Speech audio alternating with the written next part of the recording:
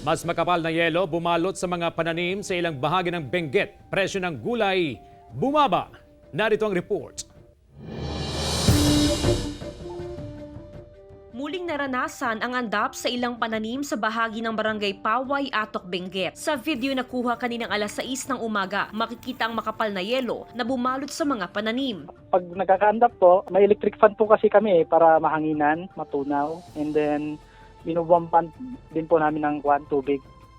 Nagyelo rin ang mga naipong tubig sa bubong ng greenhouse. December nung nakaraang taon nang magsimula ang andap sa ilang bahagi ng Benguet. Ngayong Enero, 3 beses na raw tumama ang andap sa mga pananim.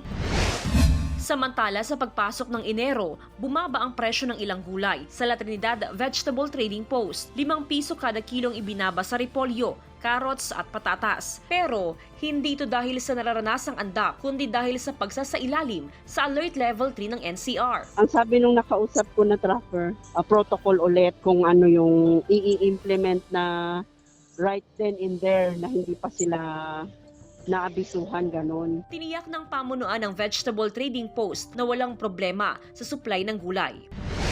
Sa monitoring ng Pag-asa, posibleng magtagal pa hanggang Pebrero ang pagbaba ng temperatura at hindi pa rin daw nararanasan ang peak ng malamig na panahon. As of 5 a.m. monitoring, nasa 11.8 degrees Celsius ang temperatura sa Baguio City, 10 degrees Celsius sa La Trinidad, habang 7 degrees Celsius sa Atok, Benguet. Actually, ang focus sa Pag-asa mag-single digit siya.